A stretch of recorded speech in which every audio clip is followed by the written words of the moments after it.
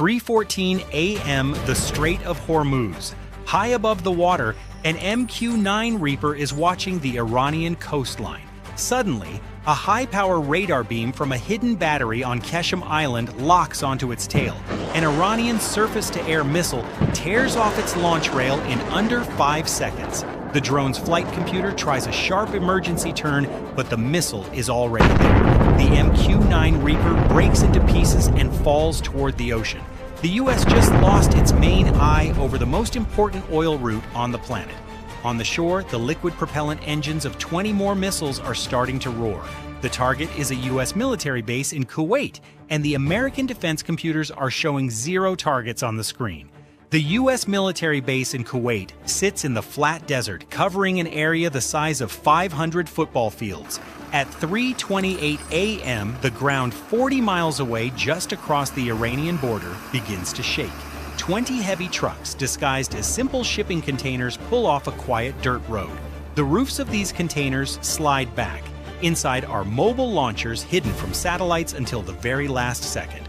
20 Fateh 110 ballistic missiles ignite at the same time. They shoot straight up to the edge of space and then fall back down toward the base at 3 times the speed of sound. But the missiles are only the first half of the strike. While the American radar is looking high into the sky, 50 Shahd 136 drones are launched from the back of a flatbed truck.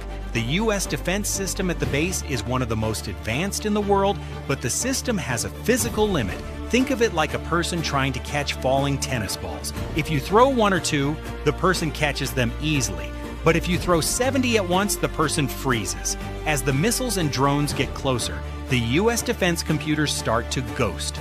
The drones are flying so close together that the radar thinks they are one large object. Then they suddenly split apart. In an instant, the computer system freezes for a split second. It cannot decide which target to hit first. To make matters worse, a new problem appears. The U.S. base fires its first round of interceptor missiles, but they veer off course. They spin wildly and hit the empty desert sand. The Iranian military has turned on a massive GPS jamming system. They are sending out a fake signal that is much stronger than the real one. The base is firing its best weapons, and they are hitting nothing. The base is defenseless, and the horizon is glowing with the fire of 70 incoming engines. While the base in Kuwait is fighting for its life, a different kind of threat is moving through the dark water of the Persian Gulf. A U.S. aircraft carrier is moving at 30 miles per hour. This ship can hear a whale's heartbeat from miles away, but the Iranian Ghadir-class submarine is designed to be invisible. Because it is so small, it doesn't make enough noise for the long-range sonar to find. This sub has been sitting on the sandy bottom of the ocean for 3 days waiting. The carrier is moving toward it like a blind giant. While a U.S. courier was in a tunnel in Iran, the U.S. government told the fleet to stay calm. They wanted to look non-threatening to help the peace talks. Because of those orders, the carrier was moving in a straight line at a steady speed, making them the perfect target for a hidden enemy. Suddenly, a sonar alarm on a lead U.S. destroyer screams. The Iranian sub has just popped up only 10 miles away from the carrier. At this range, the carrier is a sitting duck. The American destroyers cannot fire back. If they drop a depth charge to kill the sub, the explosion will be so close that it might break the carrier's own hull. The U.S. has a $13 billion ship and 5,000 lives on the line, and they are being held hostage by a tiny submarine that costs less than 1 American fighter jet. They cannot call for help because the Iranians are listening to every wave in the air. The U.S. has the biggest guns, but the enemy has the perfect position.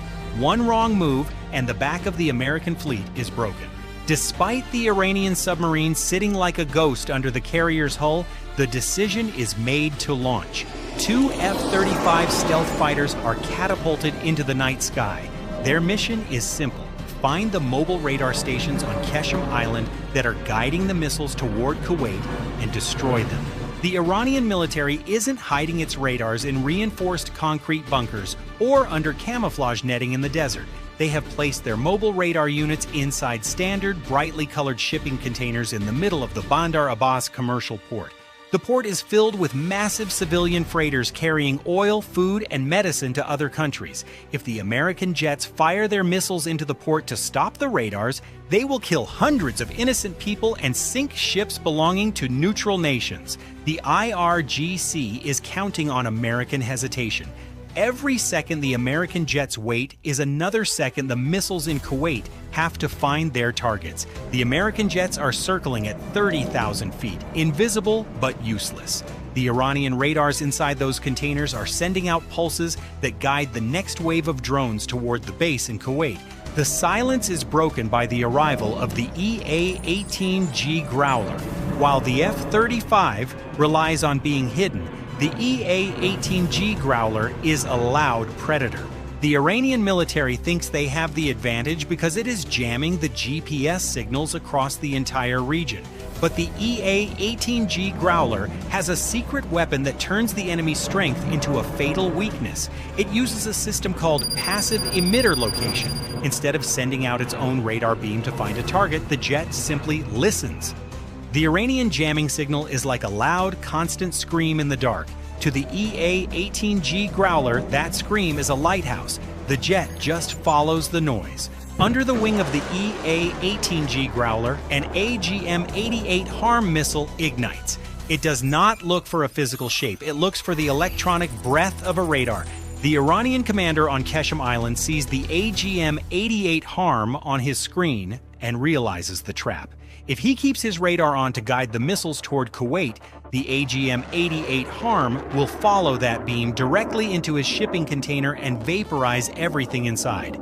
If he shuts the radar down to save himself, the missiles heading for Kuwait will lose their guidance and fall harmlessly into the sea. Turn it on and die, turn it off and fail.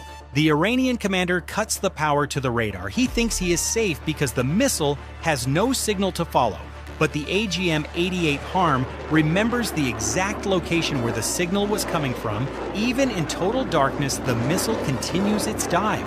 It slams into the orange shipping container at the Bandar Abbas port with pinpoint accuracy. The explosion is massive, but it is contained. The warhead uses a focused blast that shreds the radar equipment, but leaves the civilian ships nearby untouched. In an instant, the eyes of the IRGC on Qeshm Island are gone. For the first time in the engagement, the American military can see clearly. The blackout is over, and the hunters are now the ones being hunted. The U.S. base's radar screens, which had been a mess of flickering ghosts and false signals, suddenly snap into focus. The base's automated defenses wake up with a roar. Standard Missile 2 interceptors launch into the air. They streak toward the falling Fateh, 110 missiles at 4 times the speed of sound. When they hit, it isn't a small explosion. The Iranian missiles turned into a fine mist of metal and unburned fuel 5 miles above the desert. But the real threat is the swarm of 50 Shahed 136 drones. Usually, the U.S. would use a $2 million missile to kill one drone.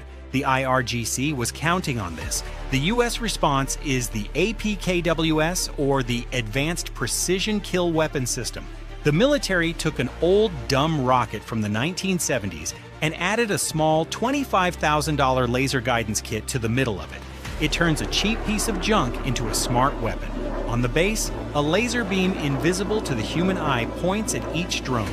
The APKWS rocket follows that light like a magnet. The APKWS rockets launch in groups of 4.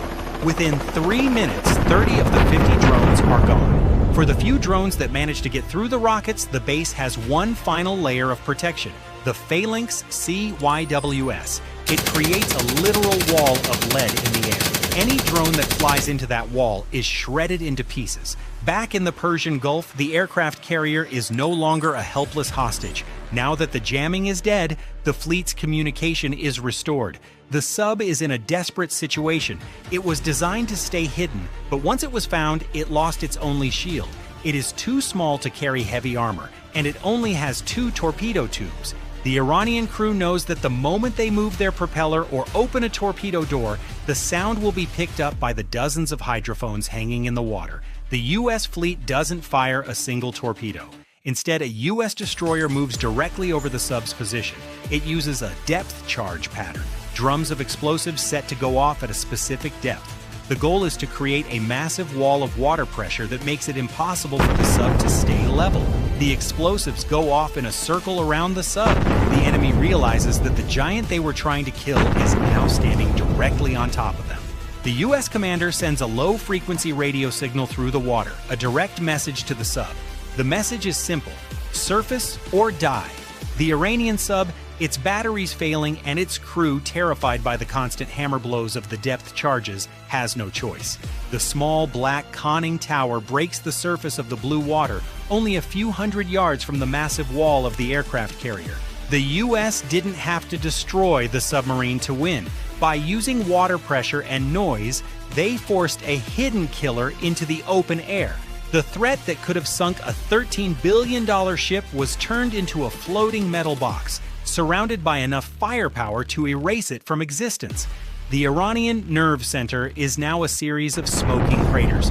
Because the AGM-88 HARM missiles hit the exact shipping containers housing the radar equipment, the IRGC has lost more than just expensive hardware. They have lost the specialized crews and the high-speed data links that allowed them to talk to their forces across the region. Imagine a boxer trying to fight a world champion in a room where the lights have been cut out. The boxer still has big muscles and heavy gloves, but they have no way to see where to aim. Even as the news of the tactical disaster reaches Tehran, the IRGC makes one final desperate move. They know that the government is collapsing. In a final act of anger, the hardline commanders order a swarm strike from the coastline. 30 fast attack boats tear out of hidden coves. They move toward the U.S. aircraft carrier at 50 miles per hour, looking like a school of hungry piranhas in the water. The aircraft carrier is a target the size of a skyscraper, and these boats are trying to get close enough to fire their short-range missiles at the carrier's waterline. But the U.S. fleet doesn't even move its heavy 5-inch guns. Instead, the carrier launches 4 MH-60R Seahawk helicopters. They are armed with the AGM-114 Hellfire missile. The helicopters hover 3 miles away, completely safe from the boat's small guns. One by one, the pilots lock their lasers onto the lead vessels. When the AGM-114 Hellfire hits, the explosion is so violent that it shatters the fiberglass hull into thousands of splinters. The first 6 boats are erased in less than 60 seconds. The remaining 24 boats don't wait for the next missile. They see the fireballs on the water and realize that the asymmetric war they wanted to fight is a fantasy. They turn around and flee back to the coast. The IRGC thought they could use quantity to beat quality, but the carrier has eyes in the sky that the boats can't reach. By the time the sun is high in the sky, the conflict is over. The Iranian military is in a state of total paralysis. Their radars are gone, their drone swarms are trash, and their killer submarine is being towed as a trophy. The US military remains in the Gulf fully fueled and fully armed. The outcome was never in doubt once the blindfold was removed. Before you go, there is one detail about the AGM-114 Hellfire that almost no one talks about. Everyone knows it as a high-tech tank killer, but its name reveals a very different history. Hellfire actually stands for Hellborn Laser, Fire, and Forget. But here is the counterintuitive part. When this missile was first being designed, it wasn't meant to be a weapon at all. The original engineering concept was for a heavy-duty clearing tool. The military wanted a way for helicopters to clear thick brush, trees, and obstacles so that tanks could move through difficult terrain more easily. It just goes to show, in modern war, it's not just about what a weapon was built for, it's about how much damage it can do when the rules change.